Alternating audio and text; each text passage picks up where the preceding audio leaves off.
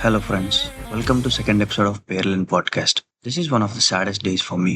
ఇన్స్టాగ్రామ్లో ఒక మీమ్ పేజ్కి కో-అడ్మిన్ నేను ఆ పేజ్లో జాయిన్ అయినప్పటి నుంచి చాలా కాలం మాకు మోరల్ కంపాస్గా ఉంటూ మా లైవ్ సెషన్స్ లైవ్లీగా ఉండడానికి తను కూడా జాయిన్ అవుతూ మాకు ఒక అన్నలా గైడ్లా ఉన్న మనిషి ఇప్పుడు ఈ ఫిజికల్ వరల్డ్ని వదిలేసి చాలా దూరం వెళ్ళిపోయారు. కొంతకాలం క్రితం ఆయన నన్ను చిన్న హెల్ప్ అడిగారు, కానీ లైఫ్ అనే లూప్లో పడిపోయాను. నేను అది చేయలేకపోయాను. Now I really regret it. Anyway, ఇవాళ మనం మనుషుల చుట్టూ రకరకాల విషయాలు మాట్లాడుకోబోతున్నాం. ఏదైనా మన దగ్గర ఉన్నంత కాలం దాని వాల్యూ మనకు తెలియదు, లేనప్పుడే తెలుస్తుంది. డబ్బు కోసం, ఫేమ్ కోసం, ఈగోని సాటిస్ఫై చేసుకోవడానికి అంటూ రకరకాల కారణాల వల్ల మనం హస్లింగ్ కల్చర్కి అలవాటు పడిపోయాం. Take a pause. మీ చుట్టూ ఏం జరుగుతోంది, ఎవరున్నారు చూడండి, వాళ్ళతో మాట్లాడండి. You never know, you can make a good friend. మీరు అన్నిసార్లు మాట్లాడక్కర్లా, కొన్నిసార్లు వినండి. లైఫ్లో మనం ఎంతమంది కంటే బెటర్ స్టేజ్లో ఉన్నామో తెలుస్తుంది. లైఫ్ మీద పర్స్పెక్టివే మారిపోతుంది. వినకుండా మనుషుల్ని అపార్థం చేసుకోవడం మనం చేసే తప్పుల్లో అతిపెద్ద తప్పు. అదే తప్పు నేను ఫస్ట్‌లో మాట్లాడిన వ్యక్తి విషయంలో కూడా చేశా. నేను యూఎస్ వచ్చిన కొత్తలో చాలా మంది ఇండియాలో ఏం చేయలేక యూఎస్ ఎళ్తారు, అక్కడికి వెళ్లి కూడా బాత్రూమ్‌లు క్లీన్ చేయడం లాంటి పనులు చేసుకుంటారు అని ఇండైరెక్ట్‌గా ఏదోకటి అనేవాళ్ళు. అలానే ఒకరోజు ఈ మనిషి కూడా మాటల్లో బొచ్చెలు కడుక్కున్నావా అని సరదాగా ఏదో అనేశారు. అసలు ఈ వాట్సాప్, ఇన్‌స్టాగ్రామ్ అన్నిట్లో మనం టెక్స్టింగ్ మాత్రం చేయడం వల్ల ఒక మనిషి ఏదన్నా చెప్తే దాని భావం ఏంటనేది మనం అర్థం చేసుకోలేకపోతున్నాం. Because texts are bland and dead. They are plain text.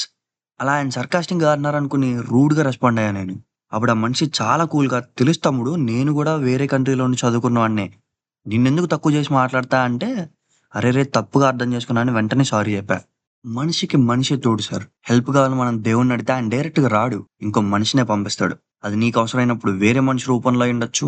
వేరే వాళ్ళకి అవసరమైనప్పుడు నీ రూపంలో కూడా అయ్యుండొచ్చు. నీ దాకా వచ్చి ఎవరైనా చెయ్యి చాపితే మాత్రం నీకు ఎలాంటి డౌట్ ఉన్నా పక్కన పెట్టి లేట్ చేయకుండా హెల్ప్ చెయి. 'సన్ ఆఫ్ సాచిమూర్తి' మూవీలో ఒక డైలాగ్ ఉంటది. నాన్న పులి కథలో పిల్లాడు 2 సార్లు పిలిస్తే నాన్న వెళ్ళాడు, కానీ పులి లేదు. మూడోసారి పిలిచినప్పుడు కూడా వెళ్ళుంటే పిల్లాడు బతికుండేవాడు కదా అని. నిన్నొకళ్ళు హెల్ప్ అడిగి తీసుకుంటే వాళ్ళు నిజంగా దేనికోసమైతే అడిగారో అదే అవసరం తీరిందని హ్యాపీగా ఫీల్ అవ్వు. వాళ్ళు చెప్పింది అబద్ధమైతే వాడికి దేవుడు నిజంగా కష్టం ఇవ్వలేదని కూడా హ్యాపీగానే ఫీల్ అవ్వు. మహా అయితే నీ లైఫ్‌లో కొంచెం డబ్బులు, కొంచెం టైం, కొంచెం ఓపిక మాత్రమే పోతాయి. 'పిల్ల జమీందార్' సినిమాలో ఒక బ్యూటిఫుల్ డైలాగ్ ఉంటుంది.